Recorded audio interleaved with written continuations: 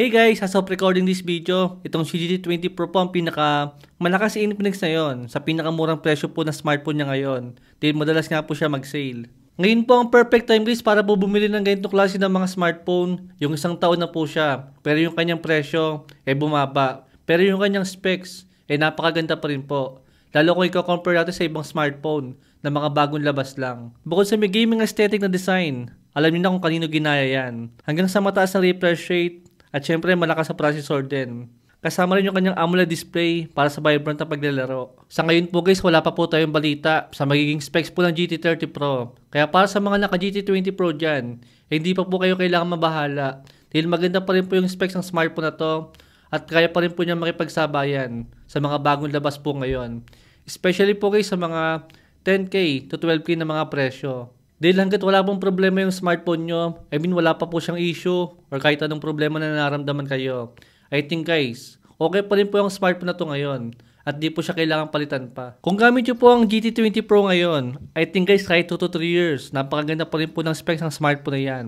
Kung maiingatan natin siya, at di nyo siya bubugbugin sa kakalaro ng mga mobile games. Kung more on Mobile Legends ka lang guys or Call of Duty Mobile, I think di mo naman na kailangang petan yung smartphone na yan. Dahil hindi nyo po masusulit yung mga malalakas na mga processor ngayon kung ganyang klase ng games lang po ang mga lalaruin nyo. Unless guys sawa na po kayo sa may smartphone nyo at meron naman kayong pera pambili ng bagong smartphone, I think okay lang yon. Kailan lang po guys yung around 700k na Antutu score sobrang lakas na. Pero ngayon guys sumaabot na nga po tayo sa mga 1.5, yung iba 2 million na Antutu score pa.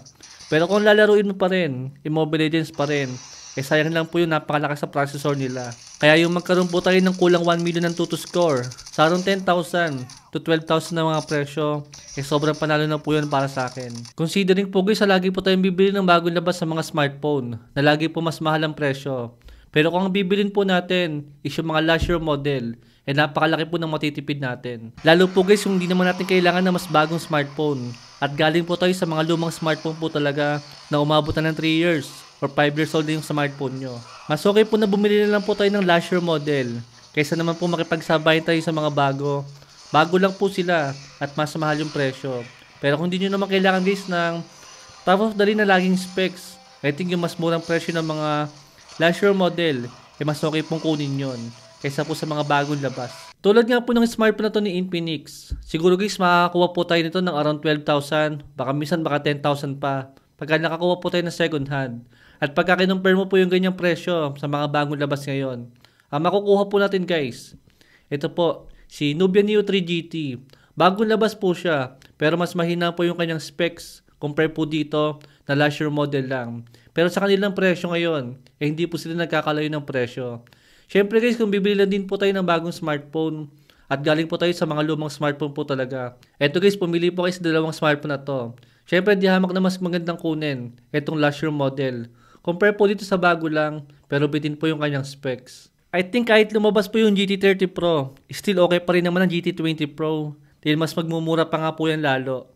Pero kung makukuha nyo guys ang GT20 Pro ng dikit sa kanyang SRP, syempre wag nyo pong bibilin yon. Dahil pwede na nga po tayo makakuha ng GT30 Pro pagka po available na yon.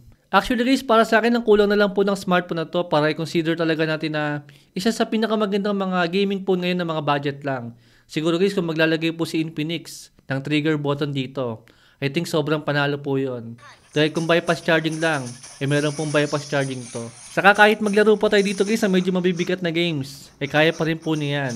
Dahil maganda nga po yung kanyang processor. Ang hiling ko na lang po kay Infinix guys, sana magkaroon po ito ng bagong version update. Dahil nga po naka-Android 14 pa rin po siya. Sana magkaroon na po ng Android 15. Para naman kahit pa paano hindi mapag-iwanan yung smartphone na to. Pero sigurado naman magkakaroon to guys. Dahil meron naman pangako si Infinix na Android update dito po sa may smartphone niya. Yun muna guys yung mabilis sa video natin. Thanks for watching.